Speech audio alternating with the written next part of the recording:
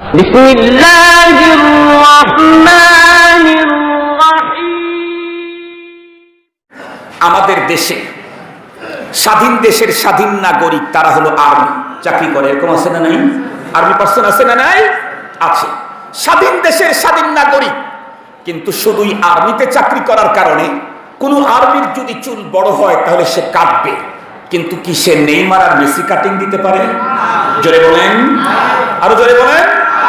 চুল কাটতে পারবা, কিন্তু নেইমার মেসি কাটিং দেওয়ার অধিকার তোমার নাই। চুল কাটার কাটিং তোমার অধিকার নাই, স্বাধীনতা নাই, তোমাকে আর্মি কাটিং দিতে হবে। স্বাধীন দেশের স্বাধীন নাগরিক শুধু আর্মি পার্সন হওয়ার কারণে যেমন তেমন চুল কাটার অধিকার নাই, তোমাকে আর্মি কাটিং দিতে হবে। স্বাধীন দেশের স্বাধীন নাগরিক শুধু আর্মিতে চাকরি করার কারণে সবসময় যে কোনো ধরনের পোশাক পরার অধিকার নাই, কাপড় চয়েসের অধিকার নাই, ডিজাইন চয়েসের অধিকার নাই, কালার চয়েসের অধিকার নাই, প্রিন্ট চয়েসের অধিকার নাই। তুমি আর্মি পার্সন, তোমার কাপড় ডিজাইন সব দেবে আর্মি, এমনকি পায়ে জুতা পরবে, শু পরবে। আর্মি পার্সন যেমন তেমন শু পরে ডিউটি পালন করার অধিকার নাই, স্বাধীনতা তার নাই। তোমাকে আর্মি শু পরতে হবে। এমনকি কোনো আর্মি যদি অসুস্থ হয়, যত্রতত্র যে কোনো হাসপাতালে চিকিৎসা নেওয়ার অধিকার নাই, তোমাকে নির্ধারিত হাসপাতালে চিকিৎসা নিতে হবে। আমি জিজ্ঞাসা করতে চাই, এদেশের মুরগি সাহিত্যিকদের মতো ওপেন মানসিকতার যারা আছে তাদেরকে জিজ্ঞাসা করতে চাই, স্বাধীন দেশের স্বাধীন নাগরিক আর্মিতে ঢোকার কারণে চুল কাটার স্বাধীনতা যদি না থাকে, গায়ের জামা চয়েসের স্বাধীনতা যদি না থাকে, পায়ের শু চয়েসের স্বাধীনতা যদি না থাকে, অসুস্থ হলে যত্রতত্র চিকিৎসা নেওয়ার স্বাধীনতা যদি না থাকে, তুমি যখন মুসলিম হয়েছ তোমার যেমন তেমন চুল কাটার স্বাধীনতা না, তোমারও যেমন তেমন চুল কাটার স্বাধীনতা নাই। তুমি যদি আর্মি কাটিং না দাও, তোমার চাকরি 3 মাসও টিকতে পারে না। তুমি যদি ইসলামের পদ্ধতিতে চুল আর জামা না পরো, তোমারও ইসলামের এরিয়ায় জায়গা হবে না। মুহতারাম হাজিরিন, আমি আগেই বলেছিলাম রঙিন চশমা পরে আছি, রঙিন চশমা, রঙিন চশমা পরে আছি। নামাজ পড়ে, রোজা রাখে, হজ করে, যাকাত দেয়, মাদ্রাসায় টাকা দেয়, মনে করে জান্নাত মালিক প্যাকেট করে আবার বাসায় পৌঁছে দিবে। মনে করে আসমানের মালিক জান্নাত প্যাকেট করে আবার বাসায় পৌঁছায় দেবে। এমিয়া দিন কারে বলে ভালো করে জিজ্ঞেস করেন, মুফতি সাহেব আছে। দিন হলো 5টা জিনিসের সমন্বয়, 5 বস্তুর সমন্বয় হলো দিন, 5 সাবজেক্টের সমন্বয় হলো দিন। এই 5টাই যার ভিতরে পুরাপুরি আছে সে হলো কমপ্লিট দিনদার। সেই 5টার ভিতরে একটা আছে রইস, একটা আসলু উসুল, সেটা হলো আকায়েদ। আকায়েদ, ইবাদত, মুআমালাত, মুআশারাত, আখলাক, 5টা মিলেই দিন। তবে একজন মানুষ হতে চাইলে 2টা হাত লাগে, 2টা পা লাগে, কান লাগে, চোখ লাগে, নাক লাগে। কিন্তু কোন মানুষের যদি হাত 2টা না থাকে মানুষ বাঁচতে পারে, পা যদি 2টা না থাকে মানুষ বাঁচতে পারে, কান যদি 2টা না থাকে শুধু ছিদ্র থাকে মানুষ বাঁচতে পারে, চোখ যদি 2টা না থাকে মানুষ বাঁচতে পারে। কিন্তু হাত যদি কারো না থাকে, কথা বলেন না কেন? হাত যদি কারো না থাকে, হাত যদি না থাকে, হাত থাকলেও হাত অচল না সচল? হাত যদি নষ্ট হয় তাহলে পা তখন সচল না অচল? আকীদা যদি আপনার সহি না থাকে, আপনার নামাজের কোনো ভ্যালু নাই, আপনার রোজার কোনো ভ্যালু নাই, আপনার হজের কোনো ভ্যালু নাই, আপনার যাকাতের কোনো ভ্যালু নাই, আপনার ইবাদতের কোনো ভ্যালু নাই, আপনার তাসবিহর কোনো ভ্যালু নাই, আপনার পীরের কোনো ভ্যালু নাই যদি আকীদা সহি না থাকে। আকীদার খবর আছে? আকীদার খবর আছে?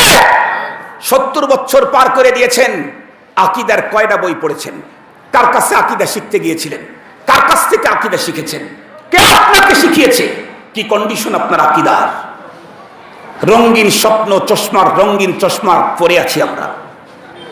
ভালো করে ভাবতে হবে, ভালো করে ভাবতে হবে। উলামায়ে কেরাম বক্তব্য দিলে তাদের বক্তব্যকে কাউন্টার করে বক্তব্য দেন, মাইক আছে, পাওয়ার আছে, দিবেন, কিন্তু বেশি দিন দিতে পারবেন না, বেশি দিন দিতে পারবেন না।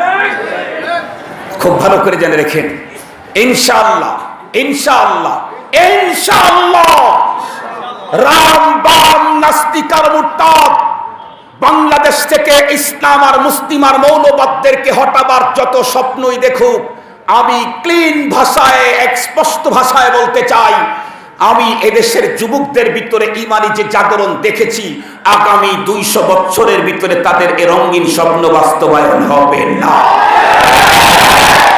এটা আমি সারা দেশ ঘুরে এসে রিপোর্ট করলাম, সারা দেশ ঘুরে এসে রিপোর্ট করলাম। তরুণ যুবকদের ভিতরে ইসলামী যে গণজাগরণ তৈরি হয়েছে, রুখতে পারবে না কেউ, রুখতে পারবে না কেউ। মুহতারাম হাজরিন, সেদিকে যেতে চাই না, খুব ভালো করে বুঝবেন। তাহলে ইসলাম আর্মি পার্সন, আর্মি হওয়ার কারণে চুল কাটবে কিন্তু ডিজাইন দিবে কে? আর্মি।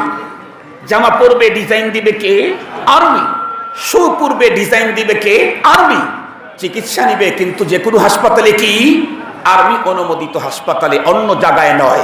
আমি যেহেতু মুসলিম, এ মুসলমানের নারীরা, লাস্তুন্না কা আহাদিম মিনান নিসা, লাস্তুন্না কা আহাদিম মিনান নিসা, তোমরা কিন্তু পৃথিবীর অন্য নারীদের মতো নও।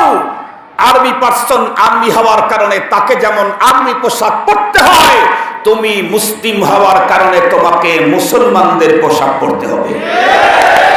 ভ্যালেন্টাইন্স ডে, কথা বলেন, কথা বলেন, ভ্যালেন্টাইন্স ডে ফুল নিয়ে, আরো জোরে বলেন, হুন্ডার উপরে, রাস্তার চৌরাস্তার মোড়ে, উঁচু ব্রিজের উপরে অপেক্ষা করো, সেদিন বেশি দূরে নয়। তুমি আর কি সুন্দরী, তোমার চাইতে তোমার দাদি অনেক সুন্দরী ছিল। একটু কবরস্থানের কাছে এসে দেখো তো দাদির সৌন্দর্যের কোনটা আছে, দেখো। তুমি কত বড় ক্ষমতাবান, তোমার দাদার দাপট আরো বেশি ছিল। তোমার দাদা তো 14 গ্রামের মাতব্বর ছিল। দাদার কবরের কাছে এসে একটু দেখো তো দাদার মাতব্বরি কিরকম চলতেছে। সেদিন বেশি দূরে নয়। ফাসাউফা তারা ইদান কাশাফাল গুবারু আফারাসুন তাহতা রিজলিকা আম হিমারু, আফারাসুন তাহতা রিজলিকা আম হিমারু। ये चमन सहारा भी होगा ये खबर बुलबुल को दो, ये चमन सहारा भी होगा ये खबर बुलबुल को दो, ताकि अपनी जिंदगी को सूझ कर कुर्बा करे, ताकि अपनी जिंदगी को सूझ कर कुर्बा करे। মুসলমান খুব ভালো করে বুঝবেন, আমি যেহেতু অন্য মানুষের মতো নই, আমি একজন মুসলিম, এ কারণে আমার পথ চলতে ইসলাম আমাকে কোড বয়ান করেছে কেমনে পথ চলবো। আল্লাহর কোরআনে আল্লাহ পাক বলেন, ওয়ালা তামশি ফিল আরদি মারাহা ইন্নাকা লান তাখরিকাল আরদা ওয়া লান তাবলুগাল জিবালা তুলা। তাহলে চলবো কেমনে? ওয়া ইবাদুর রহমান وعباد الرحمن الذين يمشون على الأرض هونا وإذا خاطبهم الجاهلون قالوا سلاما। الله أكبر বলেন। কি আইবি সাহেব আসছে নাকি? আইবি সাহেব আসছেন? কিছু বলেন না। এখানে তো আসে নাই, আমি কথা বলবো তো। আমারে কিন্তু কেউ কিছু বলে নাই, শুধু ওয়াজি আমার কাজ না মানুষের পকেট চেক করাও কাজ? আমারে কিন্তু কিছু বলে নাই যে হুজুর পকেটও চেক করেন। খালি ওয়াজ করবো না, পকেটও চেক করবো? পকেটও চেক করা লাগবে। মাশাআল্লাহ, ঝামেলা একটা আছে বড়। আগে কি পকেট চেক করবো? তাইলে তো একদম হাতুড়ে গুঁড়ি পড়বো। আগে কিছু ওয়াজ শোনাই। হ্যাঁ, তো বলতেছিলাম আমার ইসলাম তো আমাকে পা ফেলবো কেমনে জমিনে, পথ চলবো কেমনে, এটার কোড, এটার স্পষ্ট নীতিমালা বয়ান করেছেন। আগে হাসার আর কান্নারটা বলি। হ্যাঁ বলেন, আগে হাসি দেব, আনন্দ পেলে হাসি যে দেব, সেখানে ইসলাম আমাকে কি নীতিমালা দিলেন।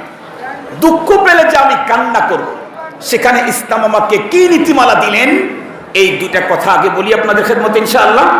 আপনাদের মনটা মনে হয় এলোমেলো হয়ে গেছে, এলোমেলো হয়ে গেছে, অন্যদিকে মনস্ক হয়ে গেছে। আলহামদুলিল্লাহ, তাহলে একটু ভালো করে কথাগুলি শোনেন। মানুষ আনন্দ পেলে হাসবে, তাফসীরের কিতাবে লেখছে হাসা হলো 3 প্রকার। কয় প্রকার? আরবি নামগুলি বলি, কারণ আমরা তো পেটন খায়া পড়ছি, তো এই জন্য আরবি নামগুলা মুখস্থ আছে। যারা ঘরে বসে আলিফ বা তাসা জিম হা খ পড়ছে আর সব বরবাদ গেছে। আমরা পেটন খায়া পড়ছি, এই জন্য আরবি নামগুলা বলতে পারি। একটু শোনেন, একটা হলো তাবাসসুম, আর একটা হলো জেহেক, আর একটা হলো কাহকাহা। কয়টা নাম বললাম? তাবাসসুম, জেহেক, কাহকাহা। এটা হলো হাসার আরবি নাম। আমরা যে হাসাহাসি করি, তাবাসসুম হলো মুস্কি হাসি, কাহকাহা হলো অট্ট হাসি, জেহেক হলো বাইনাহুমা, এই দুইটার মাঝখানে। জেহেক হাসি দিলে দাঁতটা কিছু বের হইব আর কি। শরীয়তের ভিতরে আল্লাহ পাক কোরআন শরীফের ভিতরে বলেছেন, লাকাদ কানা লাকুম ফি রাসূলিল্লাহি উসওয়াতুন হাসানাতুন লিমান কানা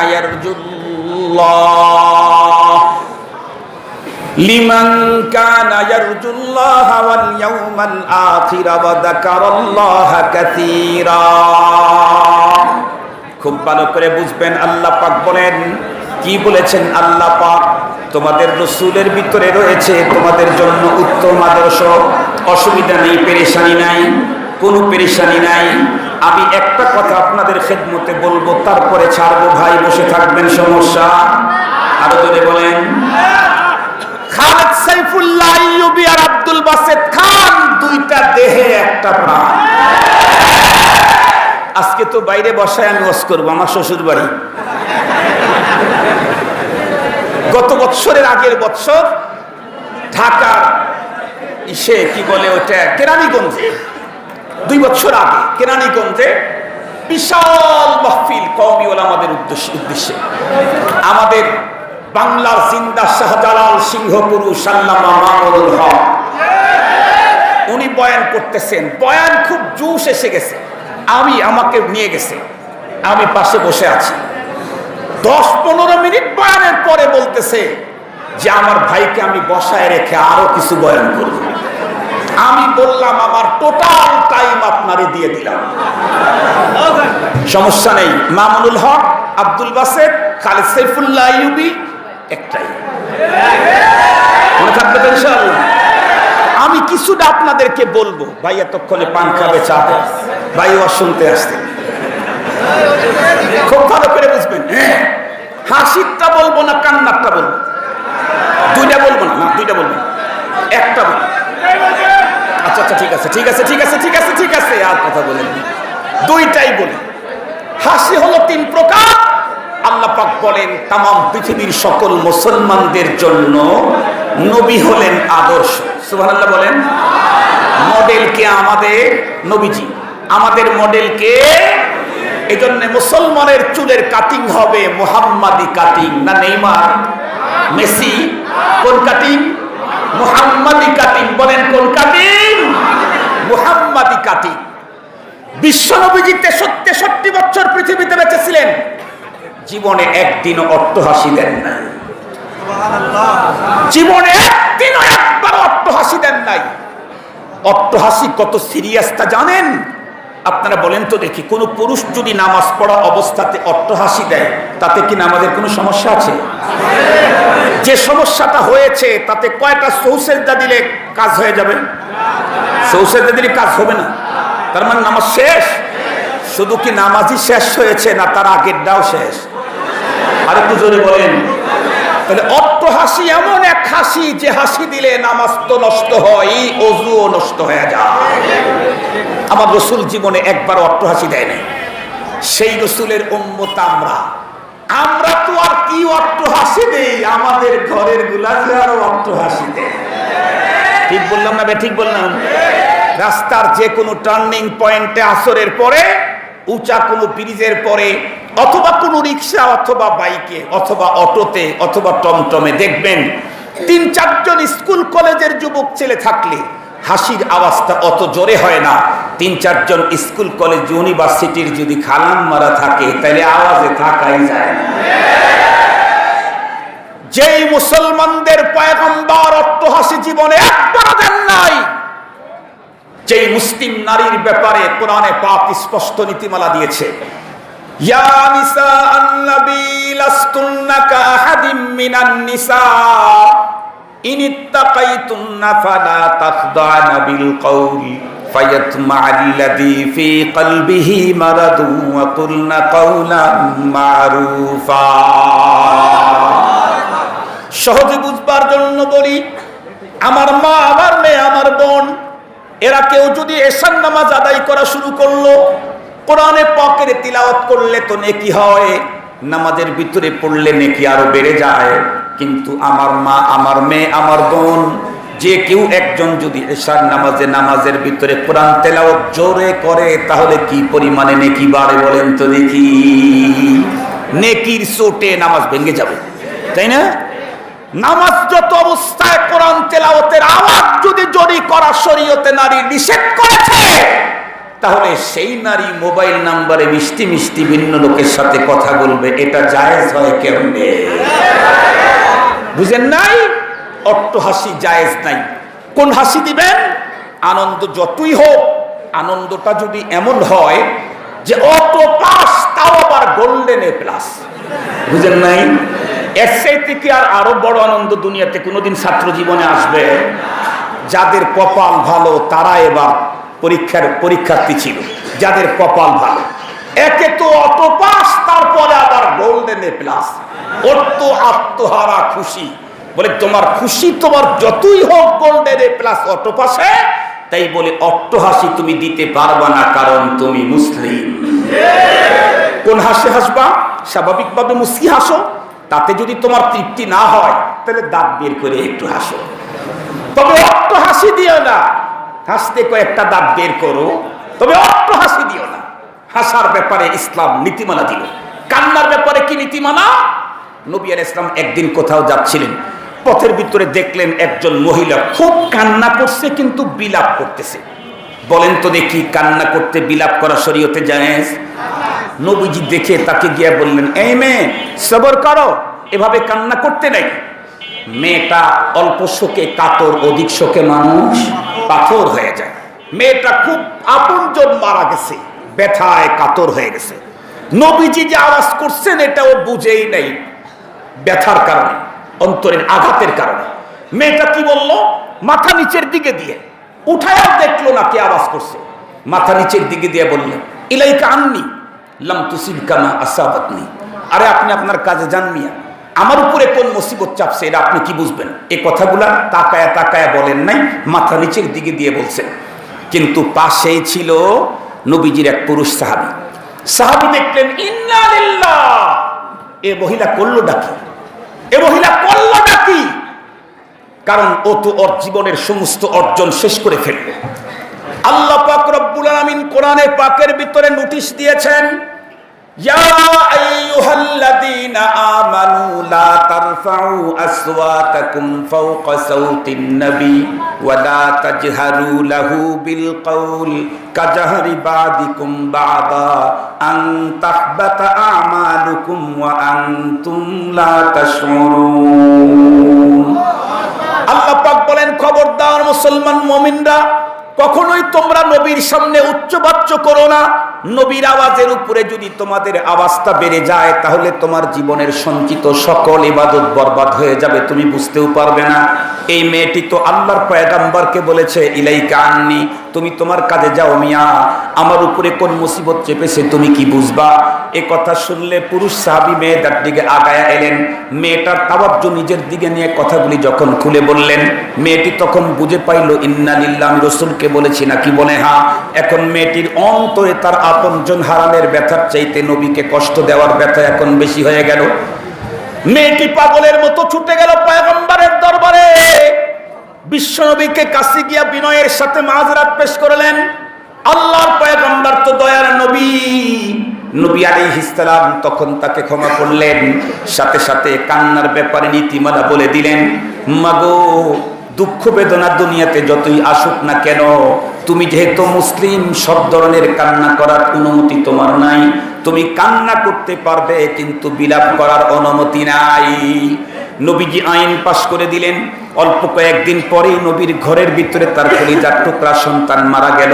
হযরতে ইব্রাহিম রাদিয়াল্লাহু তাআলা আনহু যখন মারা গেলেন, নবীজি তার মৃত্যু সন্তানের লাশটা কোলের ভিতরে নিয়ে চোখের পানি ছেড়ে কাঁদতেছেন আর বলতেছিলেন, ইন্না বিফিরাকিকা লামাহজুনুনা ইয়া ইব্রাহিম, ও ইব্রাহিম তোমার বিরহ বিচ্ছেদের বেদনায় আমি পয়গম্বরের অন্তর ছিঁড়ে যাচ্ছে। বিশ্ব নবীজির অন্তরের ভিতরে সন্তান হারানোর ব্যথার আগুন, আর চোখ দিয়ে মুক্তার দানার মতো পানির ফোঁটাগুলি জমিনের ভিতরে পড়ছে। একজন সাহাবী দৌড়ে এসে ডেকে বলেন, আতাবকি ইয়া রাসূলুল্লাহ, আপনি না কয়েকদিন আগে বললেন ইন্নামা ইউআদ্দাবুল মাইয়িত বিবাদিল হাইয়্যি আলাইহি, মাইয়িতের উপরে তার আপনজন কান্না করলে কবরের ভিতরে শাস্তি হয়, অথচ আপনার সন্তান মারা গেছে, আপনিও চোখের পানি ছেড়ে কান্না করছেন, অবস্থাটা কি হবে?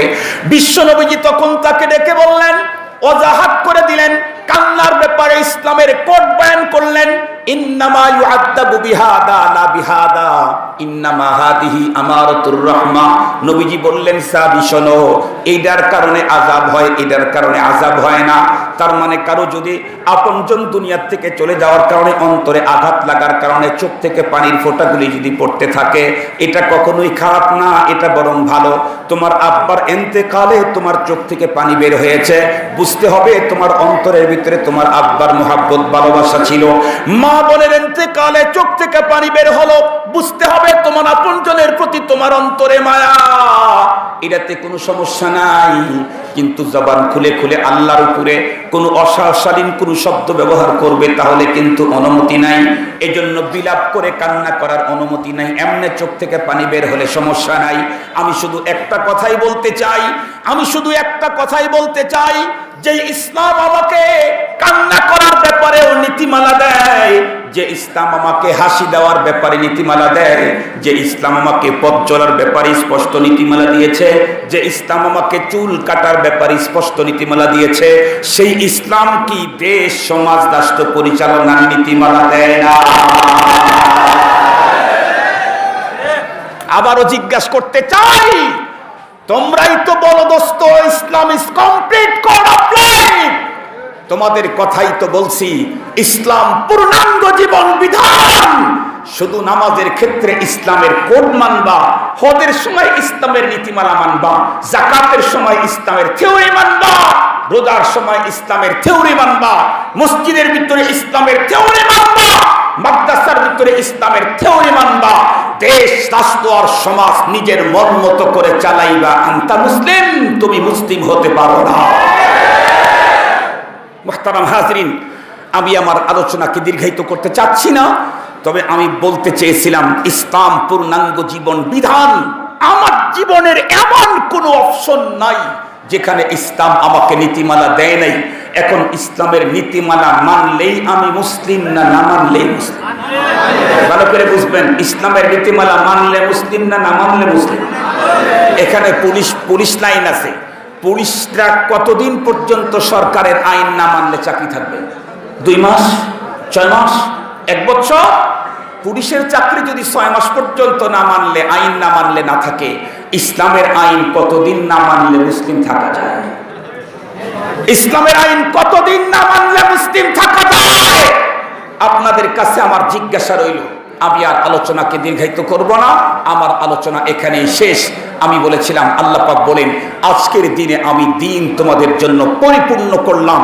এমন কোনো অপশন নাই যেখানে ইসলাম আমাকে স্পষ্ট নীতিমালা দেয় নাই। শুধু জানার অভাব, আমাদেরকে জানতে হবে।